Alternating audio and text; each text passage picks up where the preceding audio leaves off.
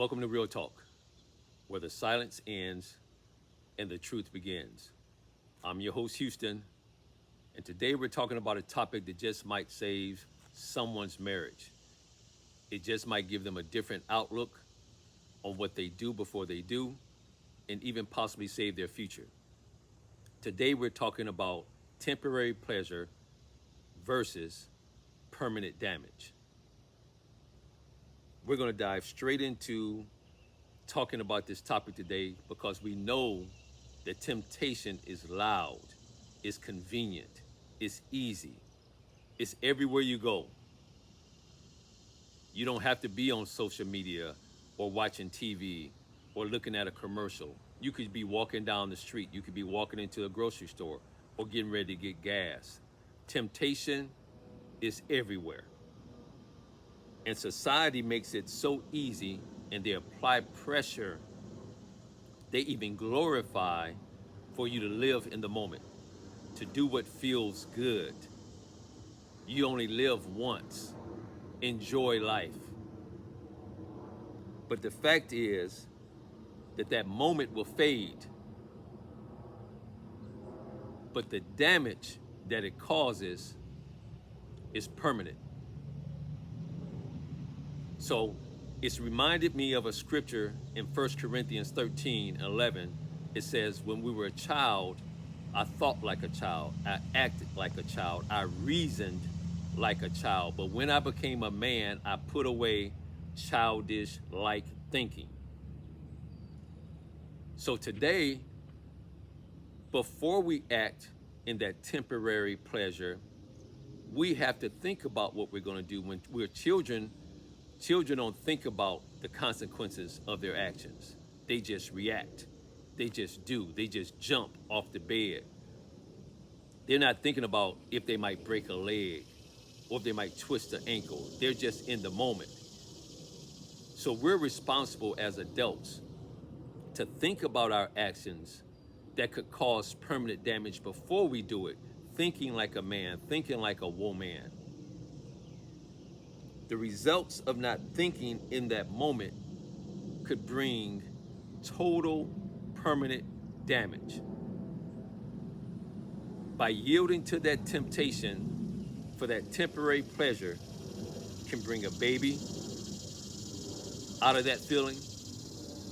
It can bring a disease home to your wife or husband out of that temporary feeling. It could bring a loss of career, your job, your legacy out of that temporary moment. And more importantly, it can bring a broken family through divorce and trauma and issues that you weren't even expected to get out of that temporary moment by not thinking first. Temporary pleasure versus permanent damage. Mental scars that people don't talk about, that everyone's walking around with, and we're thinking, man, they have an issue. They got problems. That dude's a dog. That black girl, man, she's always got some issues. Because we do have issues. We have scars, mental scars. See, a sore depends on how deep it was cut, will leave a scar. And even though it heals, it will always remind you of where you were, how you did it, and who caused it. It will always bring you back to that place. I can remember vividly today, even almost at 59, when I was a little boy, probably in the third grade, running across my backyard going to play football, and my neighbor's dog, who had just had babies, up underneath a porch. I'm just running by to go join the football game, and the mother jumped out and bit me on my side. Still to this day, I still see those little teeth marks on my side. It's not bleeding anymore. It's healed from the outside, But from the inside, it still takes me back that I can remember the pain that I felt. I remember my mom having to rush me to the hospital to go get a shot. I can remember everything about where I was, what I was about to do, and who did it to me. That little dog. So even though scars have stopped bleeding and we're not talking about them, doesn't mean that permanent damage is still not there. It's present. Even though not talked about, it's still acted out in so many different areas. So what we want to talk about is choices. Making the right choices at the right time. Thinking not like a child, but thinking like a man. This is real talk. We're not trying to sugarcoat. We're not trying to avoid issues that people have. We're not trying to go over and say, well, people don't have problems. This is why marriages have problems. This is why relationships have problems, because of mental scars that men and women has caused one another. For the guy, you're wondering, man, it's been long enough. When you going to get over that? I did that 5 years ago. I did that 3 years ago.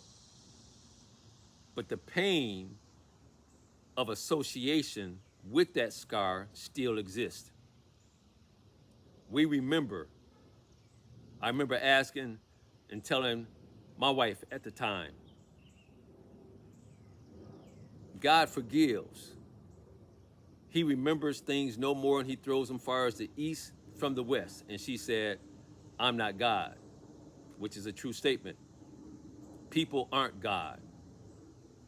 God gives us so much grace in so many different areas, and we take advantage of it. And he forgives us. But sometimes people aren't so willing to forgive us. And if they are, not so quick. We have to earn that trust. We have to build that relationship back up. We have to redo some things that we tore down as a woman or as a man. We have to be patient like they're being patient with us. Temporary pleasure is not even nearly worth the permanent damage that it can cause. And we talked about the long-term damage effects. We're talking about the children growing up and they're acting out, and we don't know why they're acting out, but because of something that we have done in the family that they've seen that caused them to act out in their childhood, in the schools, and then they grow up and take that into adulthood. Now they're dealing with that trust issue in their relationship, what their father or how their mother treated them in their relationship. Generational damages that has been passed down based on trauma. Mental scars that we're dealing with that no one's talking about. Mental health is real. Mental scars is real. The choice is not to do something for that moment to cause it. The solution is talking about it, getting help for it. We can't play like it doesn't exist. Now that child grows up and we into adulthood and we having spiritual disconnection problems, something that we done as a leader or as someone who that we've said or claimed ourselves as Christians, and they're watching us do that and they're thinking, well, if they did it, I can do it.